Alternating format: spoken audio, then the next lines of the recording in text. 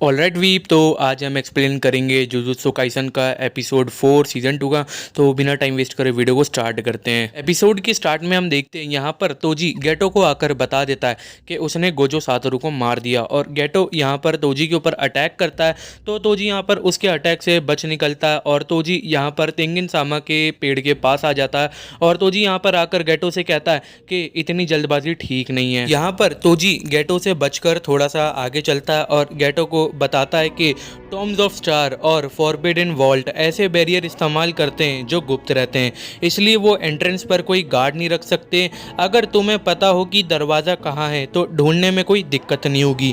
ऊपर से मेरे पास कोई कर्स एनर्जी नहीं है, इस वजह से मैं इनविजिबल हूँ। लेकिन एक परेशानी है, अगर मेरे पास कोई कर्स टूल होगा तो उससे निकली कर्स एनर्जी मुझे इनविजिबल नहीं रहने देगी। तो यहाँ पर तोजी ये कहता हुआ रुक जाता है और तुरंत ही गेटो उसके ऊपर अटैक करता है, लेकिन तोजी इतना फास्ट होता है कि वो दूसरे साइड से आ जाता है और वो गेटो को ये बताता है मैं अपने साथ एक कर्स स्पिरिट रखता हूँ जो चीज़ें स्टोर करके रख सके, इसलिए मैं अपने सारे कर्स टूल उसके अंदर रखता हूँ। तोजी ये भी बताता है उस कर्स स्पिरिट से निकली कर्स एनर्जी को मुझे इनविजिबल होने से रोकना चाहिए, तो मैं कर्स स्पिरिट्स को इतना छोटा होने देता हूँ कि वो मेरी बॉडी के अंदर फिट हो सके। 6 साइज वाले लड़के पर एक सरप्राइज अटैक का क्या फ़ायदा अगर मैं इनविजिबल नहीं रहा।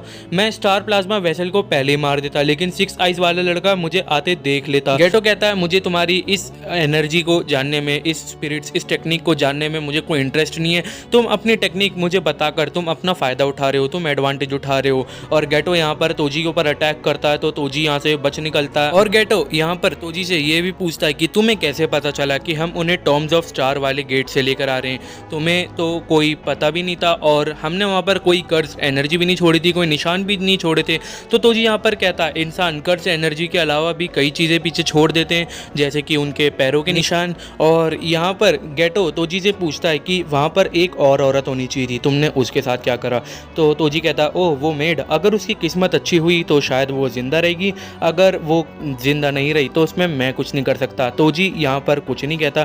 तो गेटो कहता है कि तुम्हें सच में मर जाना चाहिए और गेटो यहाँ पर तोजी के ऊपर अटैक करता है। गेटो यहाँ पर तोजी के ऊपर नॉन स्टॉप अटैक करता रहता है। मतलब भाई ये पार्ट एनिमेटेड होकर कितना औसम लग रहा है ना। तो यहाँ पर जो तोजी है वो गेटो के अटैक से बचता रहता है और गेटो यहाँ पर कुछ कर नहीं पाता। गेटो तोजी के ऊपर अपना सबसे खतरनाक कर्स स्पिरिट अटैक करता है और तोजी यहाँ पर उससे भी बच जाता है और गेटो ये देख के हैरान हो जाता है।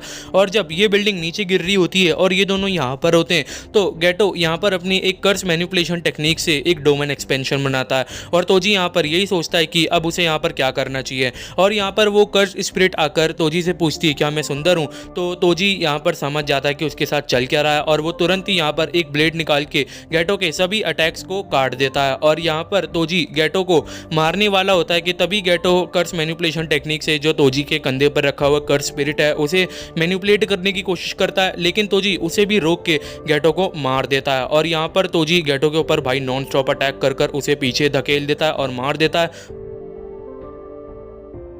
तोजी यहाँ पर गेटो से कहता है कि तुम्हारे ऊपर तुम्हारे पेरेंट्स का आशीर्वाद है, इस चक्कर में तुम्हारे पास कर्स मैनिपुलेशन टेक्निक है और तुम इसका इस्तेमाल नहीं कर पाए और तुम मुझ जैसे जंगली को हरा नहीं पाए। और तोजी यहाँ पर याद करता है ओह हाँ याद आया, मैंने उसका नाम मेगुमी रखा था। तो तोजी यहाँ पर अपने बेटे के बारे में बात करता है और यहाँ पर सीन चेंज हो जाता है और तोजी यहाँ पर स्टार रिलीजियस ग्रुप के हेडक्वार्टर आ जाता है। पर तोजी स्टार रिलीजियस ग्रुप के हेडक्वार्टर आ जाता है और यहाँ पर एक बुढ़ा बैठा रहता है जिसका नाम होता है शिगिरू सोनोदा, जो कि स्टार रिलीजियस ग्रुप का रिप्रेजेंटेटिव रहता है।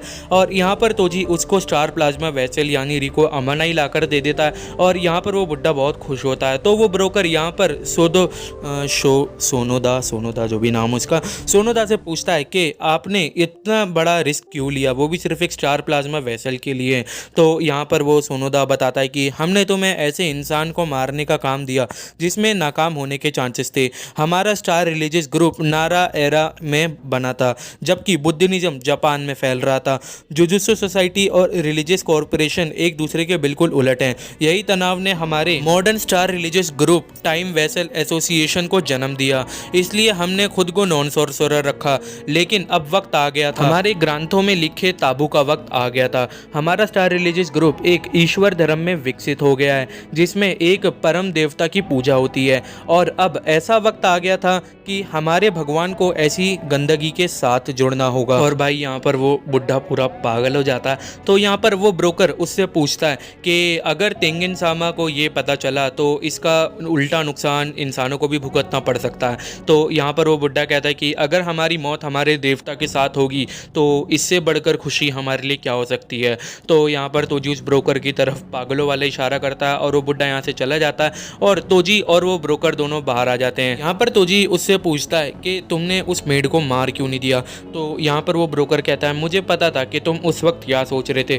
मुझे लगा कि उस मेड को बचाने में फेल होने की टेंशन से ज़्यादा उसे बचाने की राहत उस बंदे की स्पिरिट्स को ज़्यादा कमज़ोर करेगी। और वैसे भी तुम अक्सर लोगों से झूठी बातें कहकर उन्हें अंधेरे में तो नहीं रख सकते ना।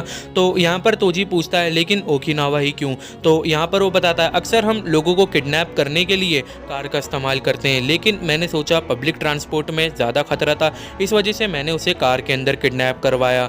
और यहाँ पर वो ये भी बताता है क्या तुम्हें पता है प्रेसिडेंट के पास जेट है। तो तोजी कहता है चलो भी। तो यहाँ पर वो ब्रोकर कहता है कि अमीर लोगों के सोचने का तरीका हमसे काफ़ी अलग होता है। तो यहाँ पर तोजी उस ब्रोकर से कहता है चलो तुम्हारे रेस्टोरेंट में चलते हैं। तो यहाँ पर वो ब्रोकर कहता है नहीं तुम कभी पैसे नहीं देते। तो यहाँ पर तोजी उदास हो जाता है और यहाँ पर वो ब्रोकर ये भी कहता है कि मैंने तुमसे पहले ही कहा था कि या तो मैं तुमसे काम के सिलसिले में मिलूंगा या नर्क में।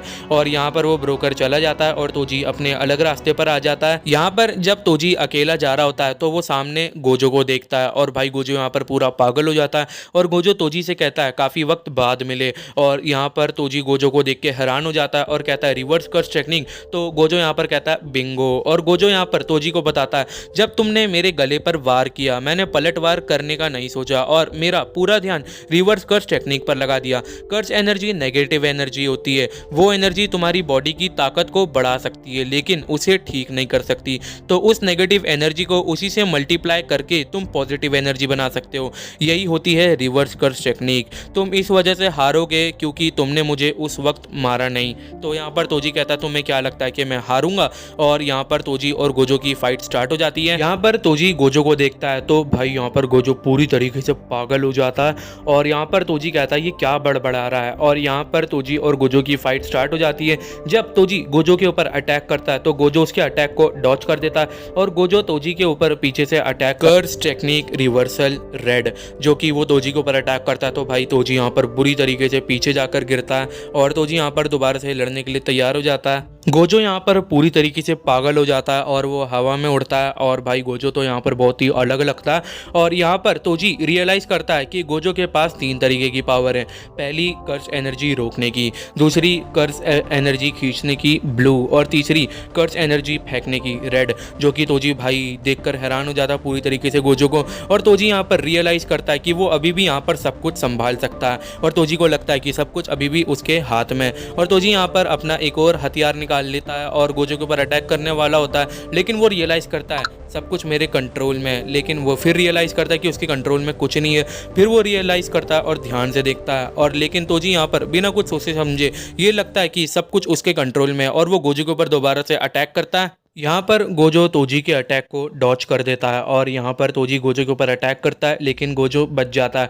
जब तोजी गोजो के ऊपर से अटैक तो गोजो फिर से बच जाता है और गोजो यहाँ पर यही रियलाइज़ करता है और वो अमन आई से कहता है कि माफ़ करना, मैं तुम पर गुस्सा नहीं हूँ और ना ही मुझे किसी से कोई शिकायत है, बस फ़िलहाल दुनिया बहुत खूबसूरत लग रही है। और यहाँ पर गोजो रियलाइज़ करता है उसने क्या गलती कर दी थी और गोजो यहाँ पर पूरी तरीके से पागल हो जाता है और कहता है कि पूरे स्वर्ग और दुनिया पर सिर्फ मेरा कंट्रोल है। और गोजो यहाँ पर ये भी कहता है कि सदियों से आगे बढ़ाई जाने वाली इस टेक्निक का फ़ायदा ये है कि तुम्हारे पास इसका यूज़र मैनुअल होता है। तोजी नॉन स्टॉप गोजो के ऊपर अटैक करता है और गोजो को फ़र्क नहीं पड़ता और वो यहाँ पर यही कहता है और नुकसान ये है इस टेक्निक की इन्फॉर्मेशन आसानी से लीक हो जाती है। तुम जेनिन क्लैन के मेंबर थे, इसी वजह से तुम्हें लिमिटलेस टेक्निक के बारे में बहुत कुछ पता था, लेकिन गोजो क्लैन में भी बहुत कम लोगों को इस बारे में पता है। और तोजी यहाँ पर गोजो के ऊपर अटैक करता है बट यहाँ पर सब कुछ एकदम फ्रीज सा हो जाता है और गोजो यहाँ पर एक नई टेक्निक इस्तेमाल करता है, एम्पलीफिकेशन और रिवर्सल टेक्निक को मिक्स करके, वो रेड और ब्लू को मिक्स करके एक होलो पर्पल वाली टेक्निक इस्तेमाल करता है, जो कि हम सबको पता है गोजो ने सीज़न 2 में भी इस्तेमाल करी थी उस टेस्ट के दौरान। तो गोजो ने वो टेक्निक यहाँ से सीखी थी और गोजो यहाँ पर होलो पर्पल का इस्तेमाल करके तोजी के ऊपर अटैक करता है और तोजी यहाँ पर हार जाता है। तोजी यहाँ पर हारने के बाद यही सोचता है कि लिमिटलेस टेक्निक को जगाने वाला लड़का मेरे सामने खड़ा था, वो शायद मॉडर्न एज का सबसे स्ट्रॉन्गेस्ट सॉर्सरर था। मैं इस बात को झुटलाना चाहता था, मैं जुजुत्सु वर्ल्ड के सबसे स्ट्रॉन्गेस्ट सॉर्सरर को हराना चाहता था और ज़ेनिन क्लैन को भी, जिसने मुझे ठुकराया। मैंने खुद को खुश करने के लिए अपना मन बदला और उसी वक्त मैं हार गया।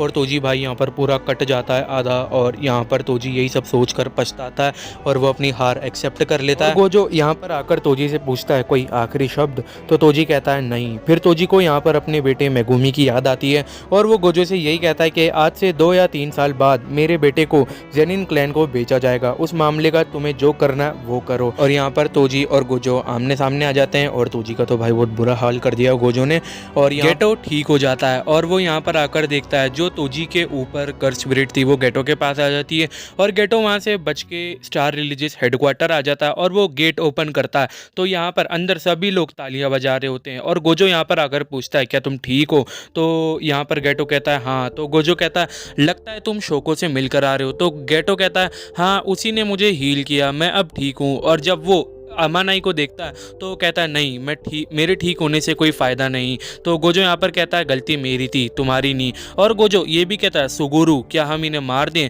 फिलहाल मैं जो महसूस कर रहा हूँ शायद मुझे इस बारे में महसूस ना हो। तो गेटो यहाँ पर कहता है नहीं, ऐसा करके कोई फ़ायदा नहीं है। लगता है ये लोग एक आम भक्त हैं। जिन लोगों को हमारी दुनिया के बारे में पता है वो शायद भाग भी गए होंगे और मुझे नहीं लगता वो अपनी मर्जी से यहाँ जा सकते हैं। ऑर्गेनाइजेशन में शुरू से ही परेशानी थी, जल्द ही ये ऑर्गेनाइजेशन ख़त्म हो जाएगी।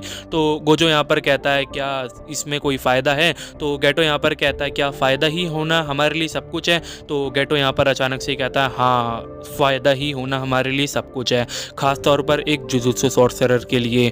और यहाँ पर थोड़ा एपिसोड हमारा ख़त्म हो जाता है। फ्रेंड्स, आई होप आप लोगों को एपिसोड पसंद आया होगा। पसंद आया तो वीडियो को लाइक करना, चैनल को सब्सक्राइब करके बेल आइकन ज़रूर दबा देना।